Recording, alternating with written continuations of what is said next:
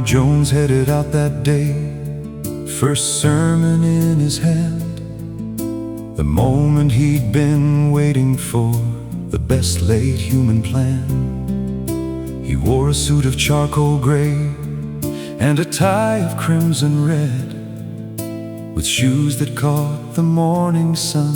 It's perfect, is what he said.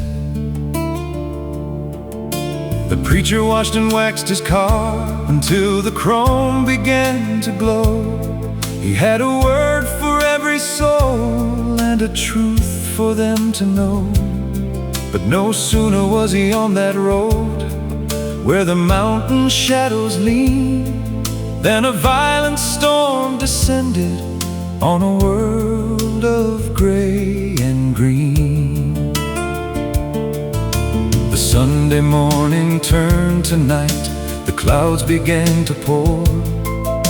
The winding road became a path he recognized no more. A roar of thunder jarred the earth, he felt the steering slide, and Jeremiah's mission met a rising fear inside. He offered up a fervent prayer for God to reveal His will. Should I turn back or keep on going? But the voice of God was still. Show me a sign, he begged the Lord. What would you have me do? But as the Lord had nothing to say, he kept on driving through.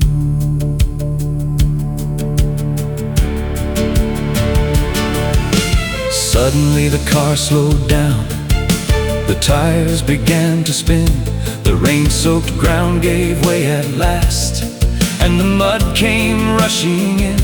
Another prayer was offered up, but it seemed to be in vain. The only answer that preacher boy heard was the pounding of the rain. In desperation he pushed the door against the howling gale. He stepped into the elements, feeling small and frail. A few steps forward through the dark, and then he had to pause. The rising flood across the road gave him a sudden cause. Yet something from within him urged his heavy heart along into the swirling waters where the current pulled so strong. Knee deep at first, then to his waist, at his chin the water swept, and there beneath the silent sky Jeremiah wept.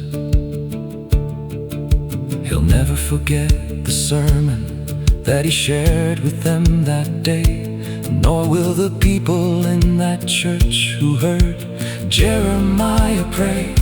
It wasn't the message he had planned or the words he'd written down.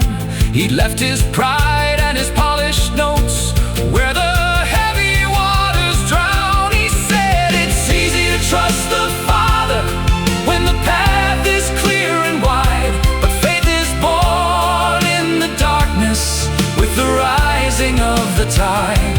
For when the Lord is silent and a sign is nowhere found, he's teaching you to walk by faith and stand on holy ground. Yes, faith is born in the darkness with the rising of the tide. For when the Lord is silent and his sign is nowhere found, he's teaching you to walk by faith and stand